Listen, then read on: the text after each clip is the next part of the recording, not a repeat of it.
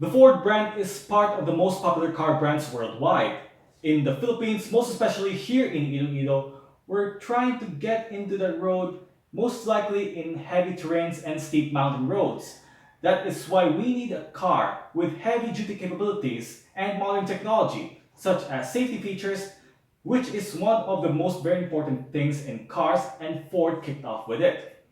Although there is something wrong about their genuine parts and services, which people will never buy that car with a Ford badge. Alam mo ba, sabi nila, mahal raw yung genuine parts nila, pati yung services.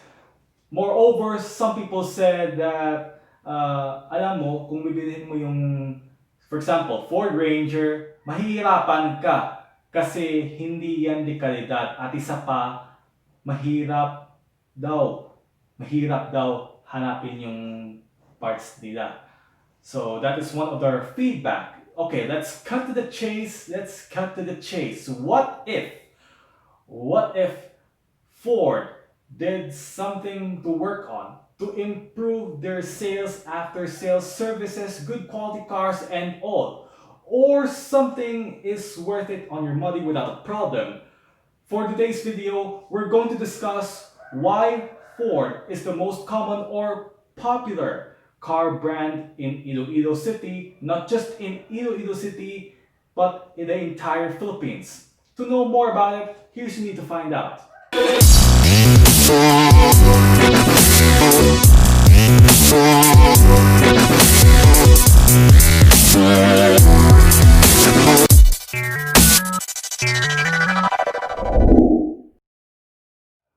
Ford in the Philippines has been around for 2 decades, while in Iloilo City, it has been around for 18 years. To know more about the background story of Ford and what are the advantages when it comes to after sales, services, good quality cars, and all that. Last week, I interviewed one of the staff of Ford Iloilo. Well, he's no other than Mr. Ace Estrecho. He's one of the sales consultants there in Ford Iloilo to answer one of our concerns. Well guys, atong istoryon si Mr. Ace Estrecho. He is one of the sales executive or sales consultant of Ford Cars Iloilo. Sir, may hapon sa iyo, sir. May hapon, Karl. Thank you for visiting our showroom and para tapos makita mo na yung iba natin mga sasakyan. It's my pleasure. Welcome din sa I appreciate it. Thank you, Gabe. So, sir, kumusta na? Okay lang. Ikaw, kumusta? Ayos man, busy sa kung kay editing, mga way kami klase, kay tungkol sa pandemic. Okay, so ma-start na kita sa ating mga questions, no? I've written 11 questions which I prepared yesterday. Regarding sa Ford, no? Okay, na ma-start na kita. First, what is Ford and how do you describe it? Well, if you say Ford, it is known as the American brand, the flagship of America. It is one of the top and a leading automotive brand globally. So when you say about Ford, they are known to be tough and reliable, safest, with value for money vehicles. So aside sa amo sila ng features, mas advanced pa gid ang ato mga technology diri sa Ford. Okay. Sa amo si Ford. Okay, I understand. So, second, when was Ford Iloilo started? Ford Iloilo started on 2002. Okay. And we are now dominating the market here in Iloilo. Okay. So as you can see, Ford vehicles are very visible on the on the road, and most of the people, and as you can see, Ford is one of the leading vehicles here in Iloilo City. Most of them they prefer the safest and safety and advanced features as well, the price, yes, and then as well the service cost after sales. Okay. So people find it more convenient and much more, they are secure when it comes to safety. So that's why they choose Ford here in Iloilo. Okay, so Ford Iloilo is the one of the best when it comes to technology, for cars, when it comes to Correct. technology, advancements and whatnot. So the third question is, how was the sales and services that you offered to customers, mga customer services yun na? For the sales is actually we are growing, we are dominating the market. Yeah. So if you can see, just as I have said earlier, Ford vehicles are very visible here in Iloilo, obviously, especially interior. When it comes to after sales, we make sure that the clients are satisfied with our vehicles. That's why we do mandatory follow-ups, we do surveys after sales to maintain and to preserve the service after sales service for the products. Karl. Alright. So therefore the services and after sales are very crucial sa mga customers. Yes, Karl. Actually, si Ford is now improving their after sales. So just to give you some ideas, one of the improvements there is before, when you purchase your car, you have to return to the dealership for first services, like 1,000 kilometers, and then the PMS, and then the 5,000 kilometer PMS, and then the rest is 5,000, 2,000. So all in all, if as a warranty, all in all, it's for free, no? Para sa ating mga viewers, before the Ford is after sales service is every 1,000 kilometer, or first 1,000 kilometer and then 5,000 kilometer, 10,000. But now Ford does improve their after sales. That's why you only have to go to Ford for at least once a year or every 10,000 kilometer. So people, they don't know that yet because they think Ford is much more expensive or when it comes to after sales. But if you compare sa ibang brands, you can save time and money for Ford. And that's what I have said. Every once a year na lang siya, or every 10,000 kilometer, whichever comes first. So laka na mo balik no once a year. Yes. But at least you can save time and money as well. Yes, that's how convenient it is. Much more convenient. More convenient din siya. Okay, sa bilog na sinakyan sa Ford, what is the best-selling cars from Ford? No? Well, it depends on the demand in the market, but as of now, we are more on pickup trucks. Ilonggos are much more practical, so they want to use their vehicle for family use and at the same time for business. So makita mo din sa kalsada, most likely are Rangers. Yes, I know, because may Ranger mo pero second hand. Okay, Yes, na. we use it for some loading stuff because I have motorcycle. It's perfect for myself to have that car. For outdoor as well, Iloilo, we have different terrains. Yes. So interior, may mga rough road, seating, nice, concrete roads, paved. Most of Ilonggos are practical. So they use pickup trucks, they purchase pickup trucks, especially Rangers, for multi-purpose, for family and for business as well. Okay. So therefore, the Ford Ranger is one of the common here in Common, Consultant. yes. Okay.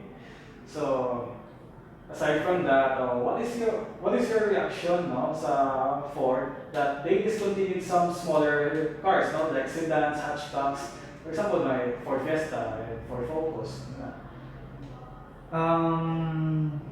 Sa ako, siyempre, we have this eco-sporting. Yeah. So instead of giving or providing them smaller sedans. Ford is giving them an alternative like EcoSport.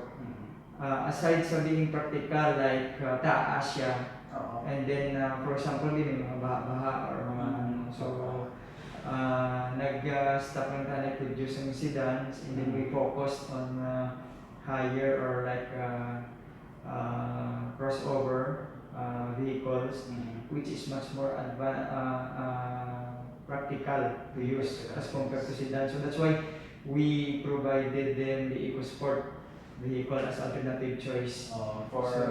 For many consumers now who doesn't afford the Ranger and Everest.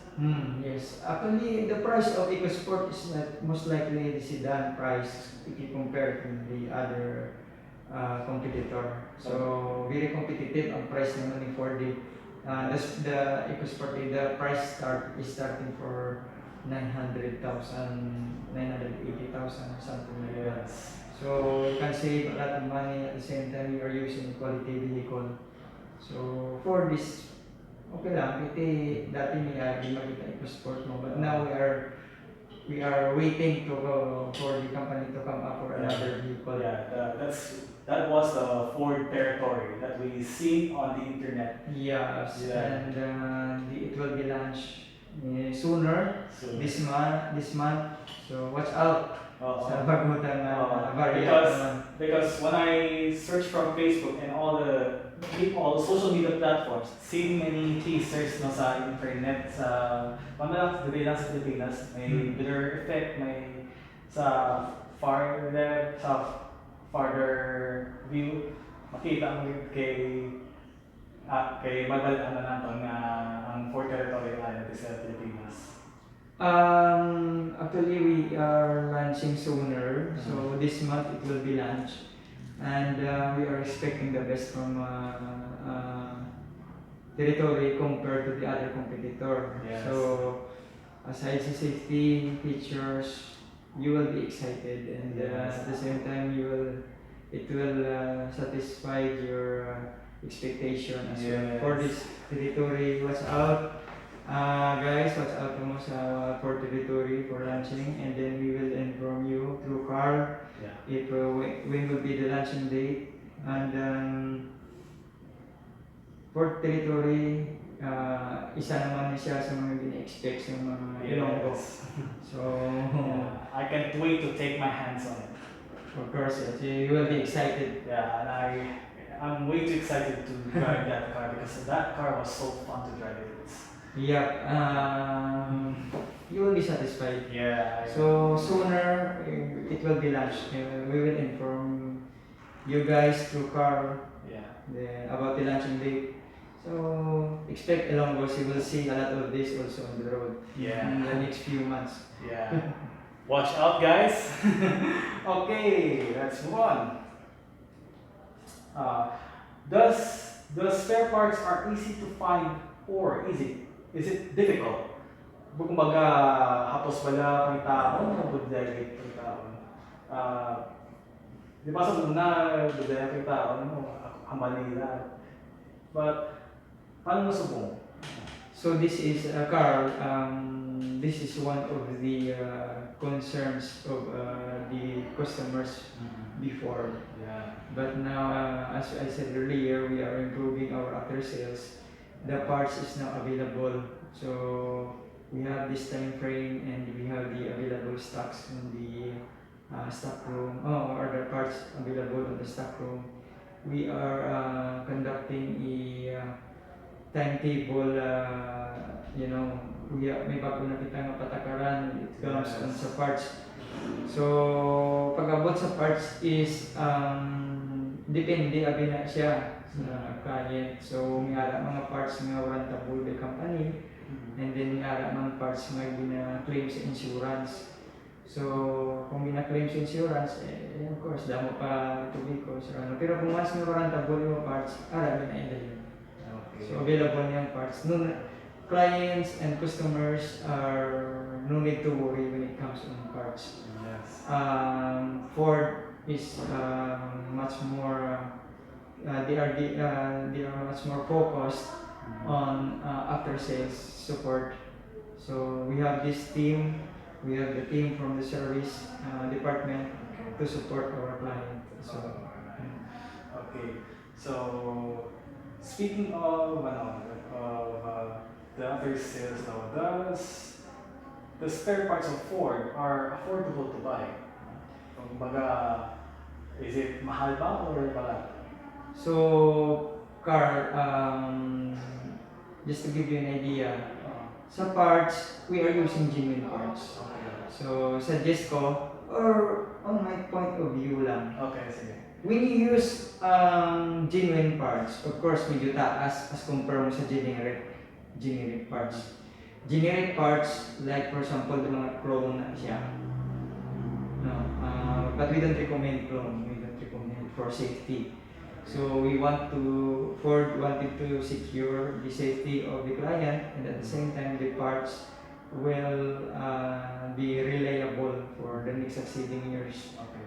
So expect a little bit higher as compared to as I have said previously, if you want to outsource in the market outside. So we don't guarantee the other parts. So here at Ford we sell genuine parts. The price is as you can if you appreciate the benefits by saving money and saving time plus the safety, you will appreciate the price of Ford here. We provided the Okay. so don't worry about the parts as I have said, you are using quality and quality vehicle. As long as you are maintaining the after service sa kasa, basta ginasunod mo lang ang preemptive maintenance, no worries about sa parts mo. Okay. So, the next question is, how will you impress customers when it comes to customer services? Sa customer services, we do this mandatory follow-ups, and then we make sure that we address the client's concern by contacting them through phone, through text, through email. So, in the case of Ford, we wanted to satisfy our client not only from the vehicle but as well as the after sales. We satisfy them through follow-ups and mandatory, ginapamustahan mo sa lakyan. When oras na sa mo change oil, we make sure na matawagan ka agad to remind you that your car or vehicle will do the subject for change oil and service. Para at least kung bisa-bisa ni ka malipat ka, si Ford mismo nagpapangita ka. Okay. We want to care for your vehicle. Okay. Para ma-remind kami na kala nagalit service time na. Okay. Okay, the ninth question is, how is it Ford brand close to the hearts of Ilonggos? Ang nang namin is na kaibalaan mo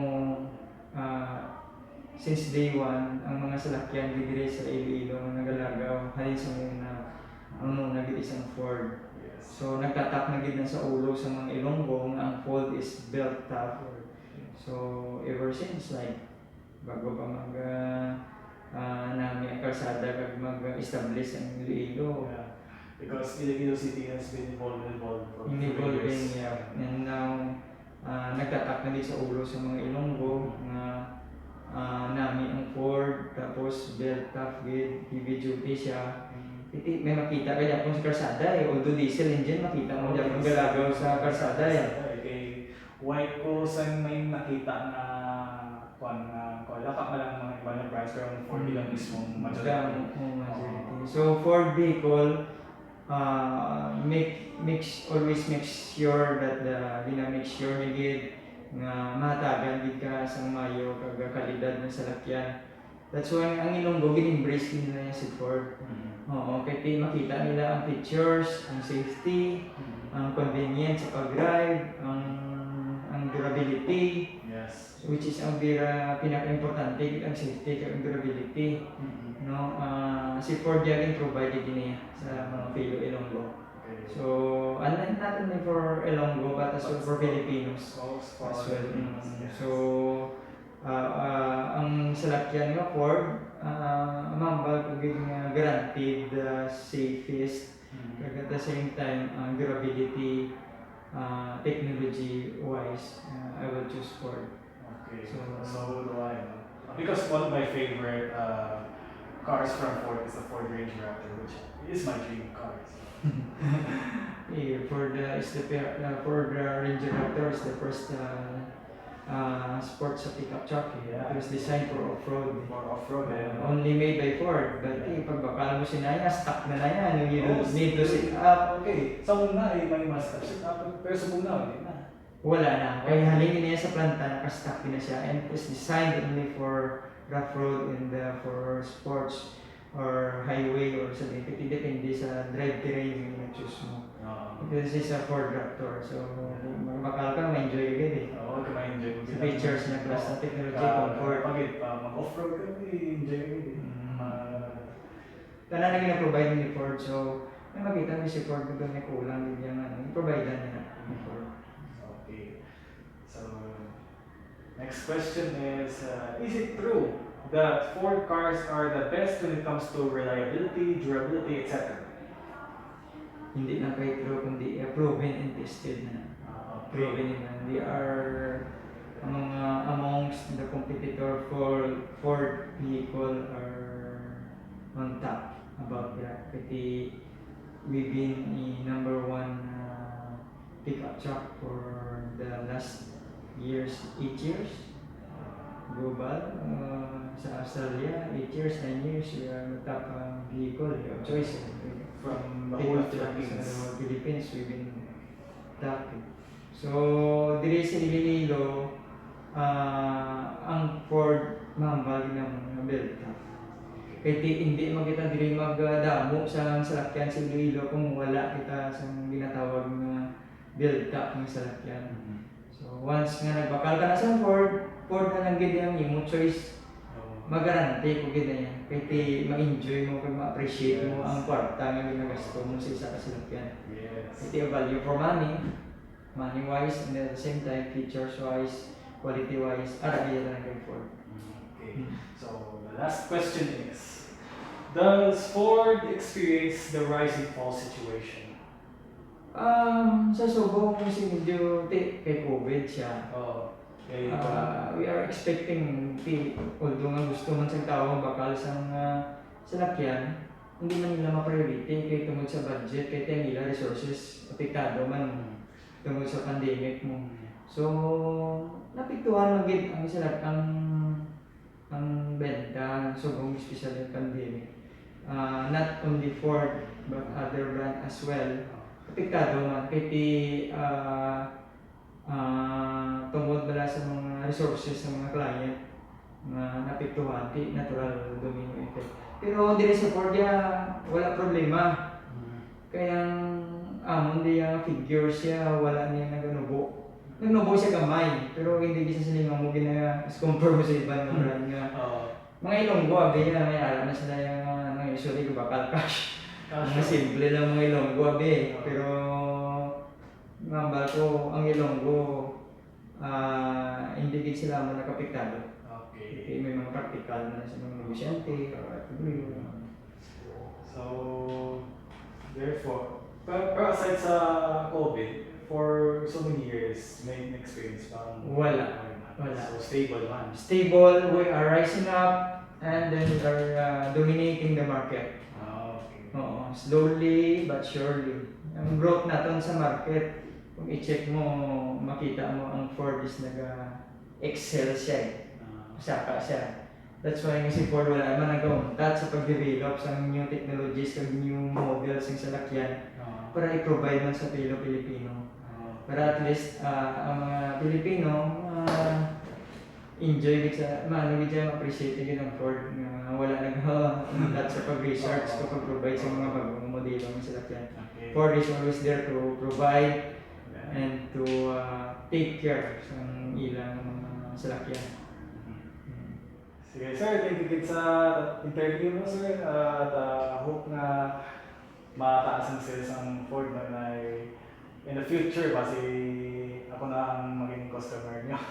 Yeah, hopefully, Karl, and we are looking forward to serve you a quality vehicle na drive mo din. Thank you, good sir. Ayos na ka. Well, that is it, ladies and gentlemen. Our interview with Mr. Ace Estrecho, Sales Consultant of Ford Iloilo. So thank you, good sir, sa iyong mga pag-interview. And also, I would like to thank Ford Iloilo also for giving me that kind of opportunity. So if you want to buy a brand new car from Ford, please make sure to contact him or text him with this number that is found on the screen, which is right here. If you want it online, go to his Facebook page, check it out, so that he will offer you a much great services and a like. So how can I say about Ford? Well, I have to say this, they have a job well done. When it comes to services, after sales, good quality cars, they are a great advantage to it. So let's go back to the question that we are doubted on our minds when it comes to their parts and services. Well, I would say when it comes to their parts, mahirap ba yung parts nila? Mahirap hanapin or mahal ba? Syempre hindi. You know, when you go to the dealership, ask some parts, whether it's a replacement or accessory, it is accessible. Well, it is accessible because Ford offers genuine parts to their cars so that it's hassle-free, it's great value for money, and it is worth it. When it comes to their cars, well, I would say this, it has a good quality cars when it comes to technology, reliability, durability, and all kinds of stuff. Well, I reviewed several Ford vehicles, but mostly Ford Ranger. Well, I would say this, it was a hefty car that will make you satisfied during on and off-road, or it is a much highly heavy-duty capable car. When you're loading stuff, when you're going on a trip or towing something, everything, it's amazing. It's totally amazing. And also, when it comes to technology, I have no words. I'll give it a thumbs up. Thumbs up to them because, well, engineering-wise, they did it better and better and better and better. On their rise and fall situation, there is no issues. There is no there's no downfall, but they dominate the market. Except because of the COVID-19 pandemic, well, they are affected. They are slightly on the downfall side, but they keep trying to dominate the market. They increase until they reach the success of their line. All in all, ladies and gentlemen, Ford keep trying to dominate in the market until they reach the success. In short, they reaching the success because they offer very good quality cars, very good quality services, and also their after sales are very impressive and approachable too, and also their parts is the most anticipating of all because during the past times the parts itself is hard to find and really expensive, but for now they changed it and it becomes more affordable, accessible, and it is worth it on a budget.